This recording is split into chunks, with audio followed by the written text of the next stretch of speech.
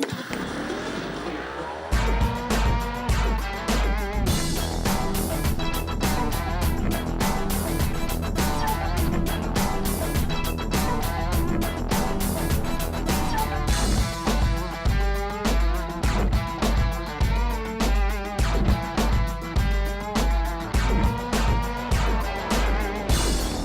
can sing, they can write, they can dance, and some of them can even act. On the hit list this time, 5 multi-talented entertainers who love to bust some moves. There's a friend of mine. I'd like to introduce you to a friend of mine right here, right? Oh, this guy right here. You know, Justin Timberlake. Where? You know, somewhere around here. He's around here somewhere. With friends like 50 Cent, Justin Timberlake doesn't need to fear his enemies. Not that the ex-Mickey Mouse Club member from Memphis, Tennessee appears to have many. JT's nice guy image and fondness for collaborating with other artists has helped him to a little black book bursting with A-list celebrities. From Snoop Dogg and Nelly Furtado to Christina Aguilera and Uber producer Timbaland, who puts their great relationship down to their similarities. We both can entertain. They can also conjure up the odd hit record. Since collaborating on Justin's 2002 smash Justified, the two Tims have worked together several times. In 2006, they were back in the studio for Justin's future Sex Love Sounds album. When I sat down with Tim, at first the challenge was, I wonder, you know, I said to him, I was like, do you think we can do 6 Cry Me a Rivers? And he obviously took it as a challenge because he did amazing work as well. I mean, it was such a collaborative effort between the two of us. I felt like we were, I don't know, I felt like we recorded an album like Steely Dan might have recorded an album, or like, you know, a band would have recorded an album. Justin returned the favor the following year. He was already still hyped from the Future Sex Love, and I feel like he didn't get a lot out because only 12 songs. Yeah. So he had more to get out, but we know how to cut it short. So I said, you might as well come in and be like a producer with me on this album and give your input, and I'll just take it from there. He said every As well as lending his vocal and musical talents to a host of other artists, he's also found the time to launch his own clothes label, act in films, open 3 restaurants, and conduct a string of high-profile relationships without breaking into a sweat. On top of all that, he's one of the most celebrated and dedicated hoofers in the business and wants to be remembered for making people dance. Creating something that people will play in their cars or clean their house to or have a house party to or make love to, or, you know, when it comes on in a nightclub, you know, they want to jump on top of a table and dance. That's what I'm more inspired by. Madonna may not have found fame and fortune quite as early in life as some singing superstars, but she certainly wrote the book on how to hang on to them. Since topping the US album charts with Like a Virgin at the age of 26, her genius for perpetual reinvention has propelled her to the top of the Guinness World Records list as the most successful female recording artist of all time. Not bad for a small-town dance college graduate who arrived in New York with $35 in her pocket. Her enduring success seems even more phenomenal in light of her confession that she really only got into singing because of the limited career potential offered by her first love, dancing. But while her fit body and impressive moves played a large part in getting her noticed as a singer, it was Madonna's uncanny ability to set trends that really sealed her star status. Every time she needs to reinvent herself, she manages to do it, from the sexy kind of symbolism that she brings with her clothing to this more sophisticated glamour now. I mean, she's ever-changing. First, it was the tutus, little lace gloves and Wayfarer glasses. By the 90s, she graduated to dyeing her hair blonde, bigger muscles, and Jean-Paul Gaultier. Probably her most iconic clothing moment is the conical bra, the flesh tone with the black wide leg pants. 10 years later, after becoming a mother and converting to Kabbalah, she'd completely changed her image again. I just have a serious fascination with the world of geisha right now, and it's got nothing to do with my daughter. Refusing to relinquish her hold on the public consciousness, she was still stripping down to her leotard and busting serious moves in the videos to her Confessions on a Dance Floor album nearly a decade later. I just think people were shocked to see a 47-year-old woman that had such an amazing figure. But I think, you go girl, you're amazing. Now in her 50s and still pumping out the tours and albums, the Queen of Pop has no regrets. I get a bit freaked out by some of my hairstyles and a few outfits, some hideous photographs, I don't know, things like that. Maybe a few guys I dated, but nothing too big, right? Well, the same regrets we all have. Happy birthday to you, Usher! Not too many people have had the pleasure of hearing the Pussycat Dolls sing them happy birthday. But then R&B heartthrob Usher isn't just anybody. According to some of the legendary peers who turned up to help him celebrate, he's pretty special. His movements are so stellar. I mean, the fact that he can dance, really dance, it's because he's so multi-talented. Herbie Hancock's summary of the Texan-born entertainer's career seems rather understated when you consider he released his self-titled debut album with a little help from P. Diddy before graduating from high school. Still barely 30 years old, he's gone on to sell over 20 million albums and win 5 Grammy Awards. His amazing athleticism and skill as a dancer have drawn frequent comparisons with his idol Michael Jackson. But Usher seems less flattered by the media's insistence on pitting his prowess against that of fellow body popper Justin Timberlake. In an interview in 2004, he said that he'd been dancing for as long as he could walk, and that JT was doing what he'd been doing 10 years ago. For Usher, the desire to keep moving forward and developing has been a huge motivator. You need to understand that there's growth. There's growth as an artist, there's growth as an individual. We are growing up every day. Growing up has included acting in the TV series Moesha and Bold and the Beautiful, and starring in films like The Faculty, Light It Up and In the Mix. In 2006, he made his debut on Broadway, taking over the role of Billy Flynn in the musical Chicago. But after putting the finishing touches to his 5th studio album, Here I Stand, he was keen to lay to rest rumours that he might be about to abandon his musical career. Never. I've always wanted to do music, couldn't wait to get back to it. However, you know, I do have other aspects of my entertainment career that I have to nurture. And acting is that. You know, I went to Broadway, did a few movies, have been looking for other great movie opportunities where I can show my talent. It might be quicker to list the things that Ashanti isn't good at than to expound on her many talents.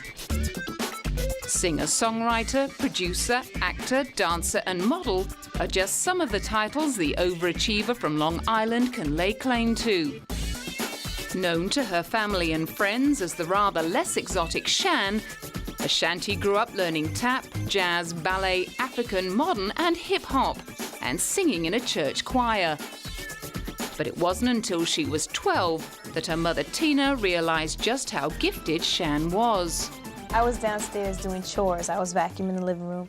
And my mom was like, you can't listen to the radio, you can't watch television because it takes you too long. You know, when you do that, you get distracted. So she came stomping down the stairs and she's yelling at me. And she's like, I thought I told you can't listen to the radio. I'm like, Ma, that wasn't the radio, that was me singing. And she's like, what? You know, let me hear that one more time. And I sang, it was actually a song by Mary called Reminisce. And I sang that, she ran and got my dad, I sang it for my dad, and then, you know, we started doing like local talent shows around my house, and we linked up with my co-manager, and we started shopping a deal from there. She auditioned for P. Diddy at the age of 14, but the contract ended up falling through. And by the time she released her self-titled debut album in 2002, she'd already worked with the likes of Ja Rule, J-Lo and Fat Joe. Her debut single, Foolish, spent 10 weeks at the top of the Billboard Hot 100, and she found herself nominated for 5 Grammy Awards, including Best New Artist. A lot of people say it's almost, what is it, the kiss of death, the whole Best New Artist category. But I mean, just to be up against such talented artists, you know, the competition is definitely thick. So Best New Artist would definitely mean a lot. That honour ended up going to Norah Jones, and Ashanti had to settle for Best R&B Album and being named the sexiest woman in music by FHM magazine. The tens of talented singer-dancers who dominated the stadium tour circuit over the past 30 years all have one incredible trailblazer to thank.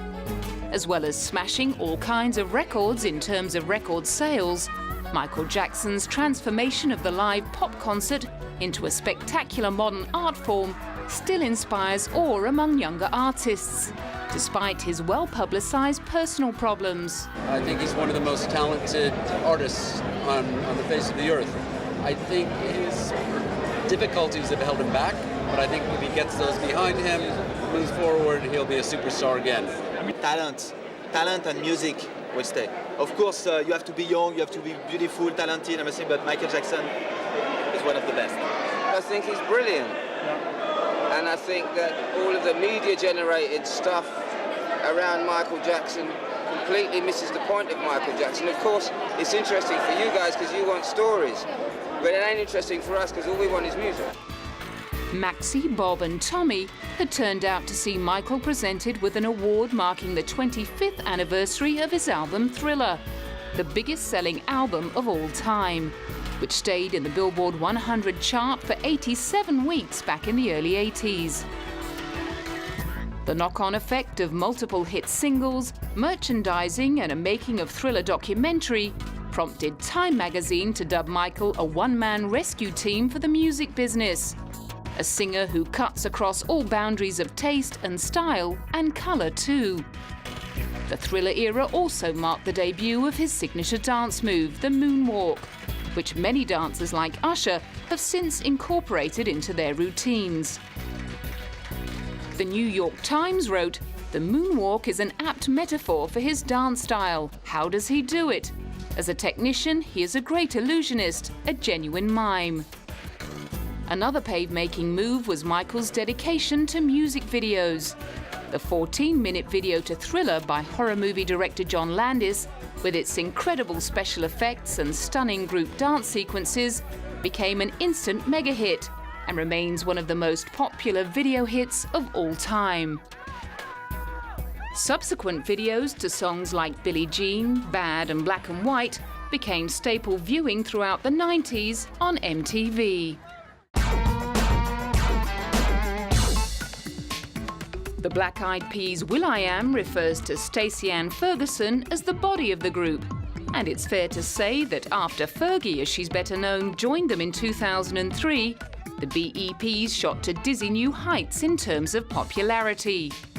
Her smouldering pout, bolshy attitude and sexy moves turned videos to songs like Shut Up into appointment viewing on music channels like MTV. Female MCs were a big influence for me. You know, Roxanne Shante, Queen Latifah, Moni Love, Salt and Peppa. Those were women that I looked up to because they were strong, you know, they were ballsy, and I feel I'm that way. You know, sometimes I get flack for that, but that's who I am.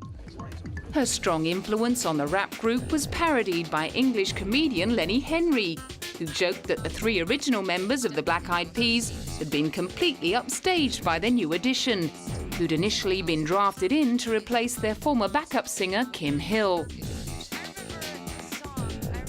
Having neatly upped her profile on the back of the group, she was ready to launch her solo career. Her 2006 album, The Duchess, produced by will.i.am, ended up spawning 6 hit singles, one of which, Big Girls Don't Cry, went to #1 on the Billboard charts and won her Song of the Year from ASCAP. Wow, Song of the Year, that's big, it's huge. For me, you know, especially with that song, with Big Girls, it was really just my soul talking. It kind of poured out on paper, and for people to really relate with that song is really special to me. you know, because it shows there are people out there who have had those same experiences. Proving that she lost none of her mojo, she also took out Sexiest Video for Fergalicious at the MTV Australian Video Music Awards. For me, it's been like I jumped on a surfboard when I joined the Black Eyed Peas, and I started surfing this wave, and I really haven't fallen off because we did Monkey Business, we did Elefunk, then Monkey Business, then I went straight into the Duchess, and I'm still performing for that, and I'm on my 6th single, so I'm still riding this wave, and it's wonderful. She was also riding high on her romance to actor Josh Duhamel, who she married in January 2009. But despite her appreciation of the high life, she still likes to keep it real. You know, I get homesick. I just want to be at my mom sometimes. Just pigging out on lasagna. Born just 3 months after Michael Jackson, Prince Rogers Nelson also turned out to be a ridiculous overachiever with a great sense of rhythm and unique sense of style. The son of musician parents, he began teaching himself to play the piano as a 7-year-old and studied at the Minnesota Dance Theatre. At the age of 19, he wrote and composed nearly all the songs and played all 27 instruments on his first album, For You. He stretched himself even further with the release of his 1984 album, Purple Rain, and the accompanying film of the same name, in which he also starred. His fondness for high-heeled boots, frilly sleeves, makeup and flashy jewellery sparked debate about his sexuality, and rumours about his increasingly eccentric behaviour came to a head in 1993, when he changed his name to an unpronounceable symbol. The reason behind the name change was cited as a publishing dispute with his record label over the use of the name he was born with.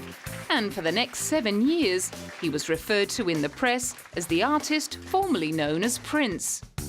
After finally breaking free from Warner Brothers in 1999, he reclaimed his name. On December 31st, 1999, my publishing contract with Warner Chappell expired, thus emancipating the name I was given before birth, Prince, from all long-term restrictive documents. I will now go back to using my name instead of the symbol I adopted as a means to free myself from all undesirable relationships.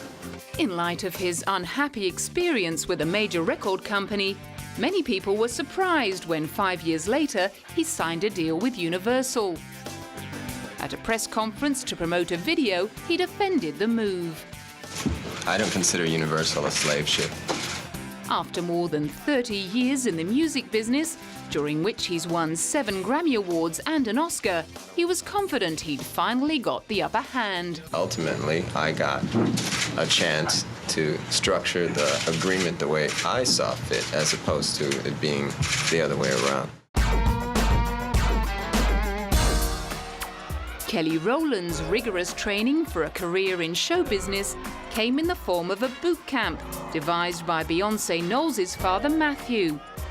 Dedicated to grooming his young protégés for stardom, Matthew famously left his lucrative job as a medical equipment salesman to become a full-time manager to Beyoncé, Kelly, and the other young hopefuls who made up the singing group Girls' Time.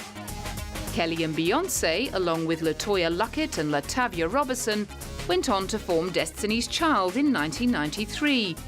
And at the age of 17, they released their self-titled debut album. 2 years later, their second album, The Writings on the Wall, sold 7 million copies and spawned the mega hits Bills, Bills, Bills and Say My Name. Internal turmoil and disputes ended with LaToya and Latavia being replaced by Michelle Williams in 2000, just in time for the release of their third album, Survivor, which won the Soul Train Lady of Soul Award for Best R&B Album. Their hit single, Bootylicious, went on to become an anthem for women rebelling against the pressure to be stick thin. All we can say is, I think above anything that you just have to be yourself, and that doesn't matter what it is, and never let anyone else judge you. be strong in all your beliefs and all your decisions, and don't let anybody talk you out of anything. In a similar way to the Spice Girls before them, they were all about girl power. But I know for us, we like to be independent. We think that it's important. We think that at the same time you can have a man, to cater to, but not, I guess lose yourself in a man. We believe in definitely being strong and being you. And men seem to like that over in the States. Proving just how independent they really were, she and Beyoncé took time out from Destiny's Child to work on solo projects. Kelly's first solo effort, Simply Deep, spawned a Grammy-winning duet with Nelly. Then she threw herself into the deep end, signing up for her first real acting job in the Screamfest, Freddie vs. Jason. I remember the first day I cried, and they were like, "Are you okay? And this is gonna be fun, and we're gonna all grow together," and that's exactly what we did. And she's been growing ever since. After recording another album with Destiny's Child, she's been proving what a great all-round performer she is, with more acting appearances and the release of her second solo album, Miss Kelly Deluxe. While Michael Jackson is often credited with being the first real song and dance man of pop, that title truly belongs to the godfather of soul, James Brown, who died on Christmas Day 2006 at the age of 73. Once dubbed the hardest working man in show business, he kept on performing right up to the end. I thank God, I thank you out there, but the career don't stop, and that's what surprises me. I want some other young man to come along like you. I'm tired. The man who invented funk was born in extreme poverty in South Carolina. He honed his singing and dancing schools performing on the street during World War II. After being imprisoned for armed robbery at the age of 16, he was discovered by producer Bobby Bird while still in reform school.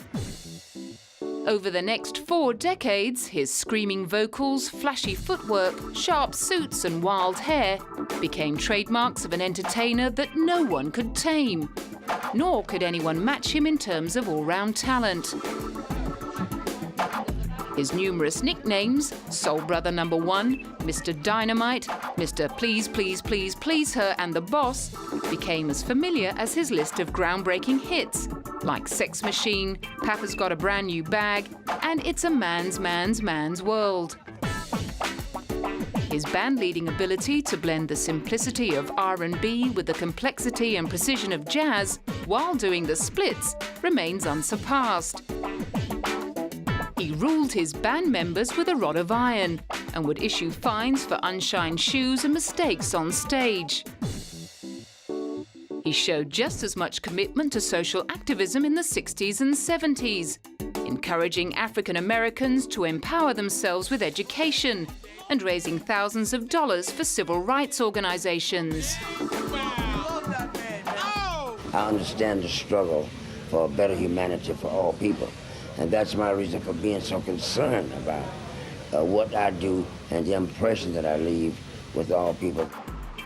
Although he sometimes fell down in his own struggle for a better humanity, fathering a large number of illegitimate children and undergoing regular arrests for domestic violence, on his passing, Reverend Al Sharpton remembered him as a hero.